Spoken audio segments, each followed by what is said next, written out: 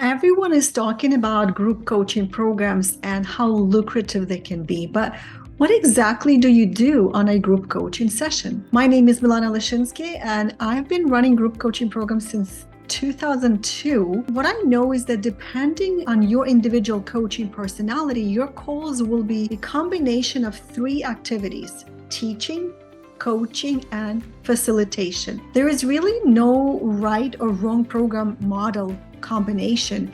If you enjoy teaching, you'll probably do more teaching. If you enjoy pure coaching where you ask questions and challenge your clients and hold space for your clients to uncover their own insights, then you'll probably do less teaching, more coaching. I personally like to focus more on teaching and facilitation because my groups are bigger. My programs are about 20% coaching and 60% teaching, and then 20% facilitation. And that's because of my background in teaching, and I love teaching. So I think that naturally I just lean towards doing more teaching. It's part of the attraction for many of my clients as well. And if teaching is your focus, be careful not to fire hose your clients with too much information. So you want to leave space for questions, self-discovery, and mastermind where your group members can support and connect with each other. Now, my group programs always have a curriculum or syllabus of some kind, or a roadmap that I create. So everyone always knows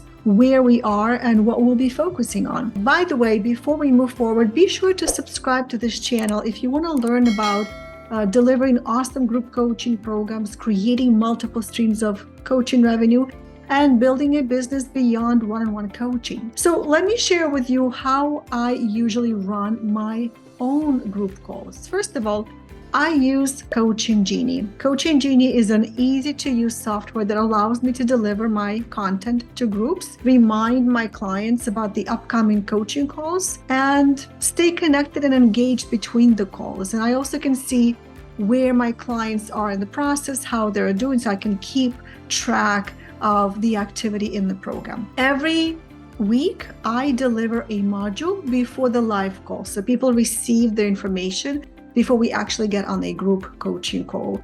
The next thing I do is I review weekly check-in forums before each call. So I ask people questions. What did you take away from this module? What challenges did you run into? So those are the two things I do before we actually get on the call. I deliver a module and I review the weekly check-in forms inside Coaching Genie to see where people are, what they're maybe struggling with. Number 3, and that's when we get on the call, is I ask for any insights or wins since last week. I don't jump straight into any kind of material or teaching.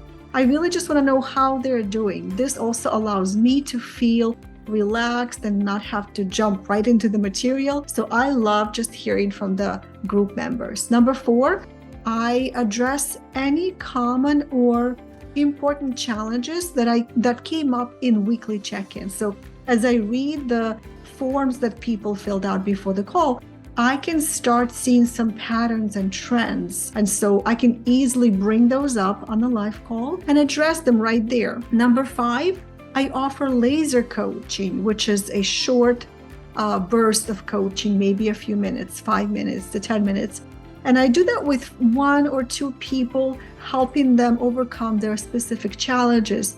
And I make sure that those challenges are really relevant to the rest of the group or to the majority of people in the group. That's what group coaching is all about, right? You're keeping it relevant. Number 6, I put people into breakout rooms.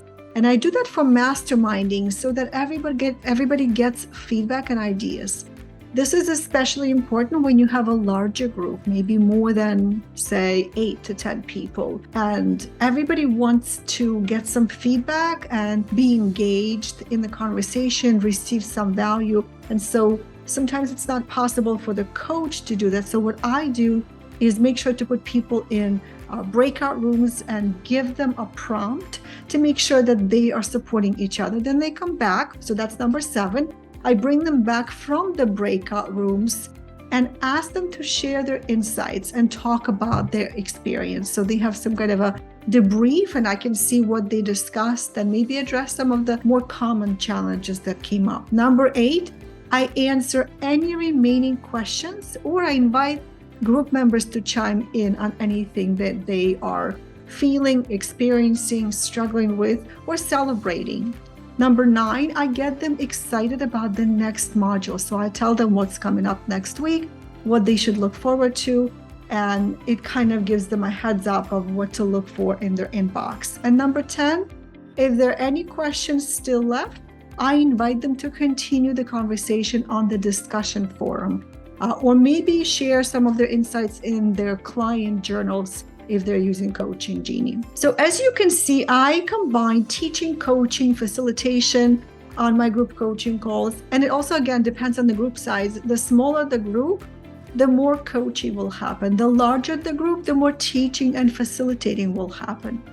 So I'm curious, how do you run your group sessions? Let me know in the comments below. I'm curious what kind of things you do that I haven't mentioned. And by the way, if you are not using Coaching Genie yet, go to coachinggenie.com to see how it can help you streamline your coaching programs. It's very easy to use. You can set up your first program in just a few minutes, and it will be your go-to platform for delivering your coaching content, programs, and courses. So if you're ready to wow your clients with amazing coaching experiences, go to coachinggenie.com and check out the free demo. Thanks for watching, and I will see you next time.